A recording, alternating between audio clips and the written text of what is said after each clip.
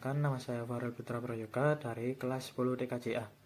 Jadi pada kesempatan kali ini saya akan menjelaskan tentang materi literasi digital.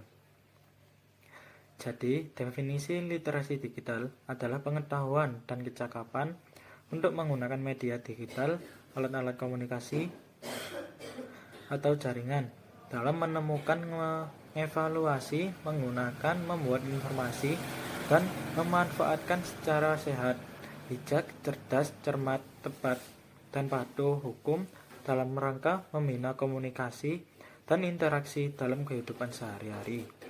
Penerapan literasi digital dapat dilakukan dengan media digital melalui internet seperti aplikasi belajar, website, dan lain-lain. Untuk penjelasan, jadi di dalam penjelasan ini terdapat 4 poin, yaitu yang pertama web browser.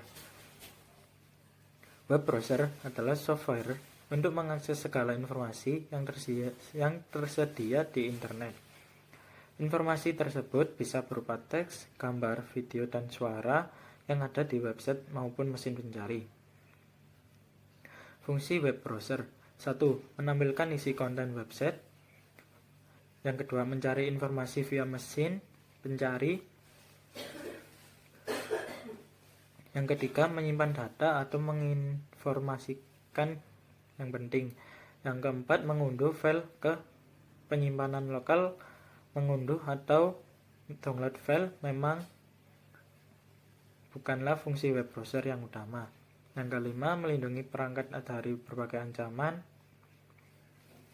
Terdapat 6 jenis-jenis web browser. Yang pertama ada Chrome, Safari, Mozilla Firefox, Microsoft Edge, UC Browser, dan Opera. Poin kedua yaitu Search Engine.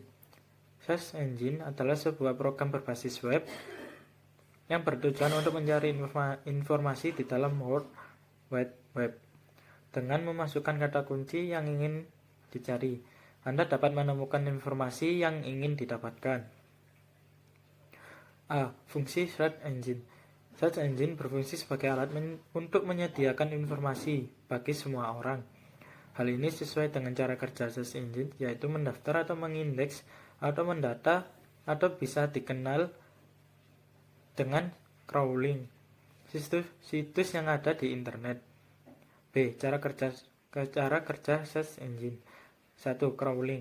Crawling dapat diartikan sebagai proses yang digunakan mesin pencari, yakni bots atau spider. Yang kedua ada indexing. Pada proses ini, URL akan ditemukan secara bersamaan dengan sebuah angka yang relevan sesuai bentuk sinyal yang diberikan. Yang ketiga, ranking. Selanjutnya, search engine akan melakukan ranking atau membuat daftar hasil berdasarkan yang paling relevan dengan kata kunci. Jenis-jenis search engine: yang pertama ada Google, kedua Bing, yang ketiga Yahoo, keempat Baidu, yang kelima DuckDuckGo, yang keenam Yandex. Variabel mesin pencari.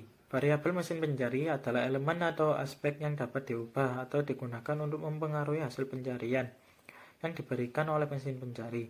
Dengan menggunakan variabel ini, kita dapat mengatur pencarian agar lebih sesuai dengan kebutuhan atau preferensi. Saat mencari informasi di internet, ada beberapa variabel atau elemen yang dapat digunakan untuk mempersempit atau memperluas cakupan pencarian ini. Akan membantu kita untuk mendapatkan hasil yang lebih relevan dengan topik atau informasi yang dicari. Berikutnya adalah beberapa variabel yang dapat digunakan.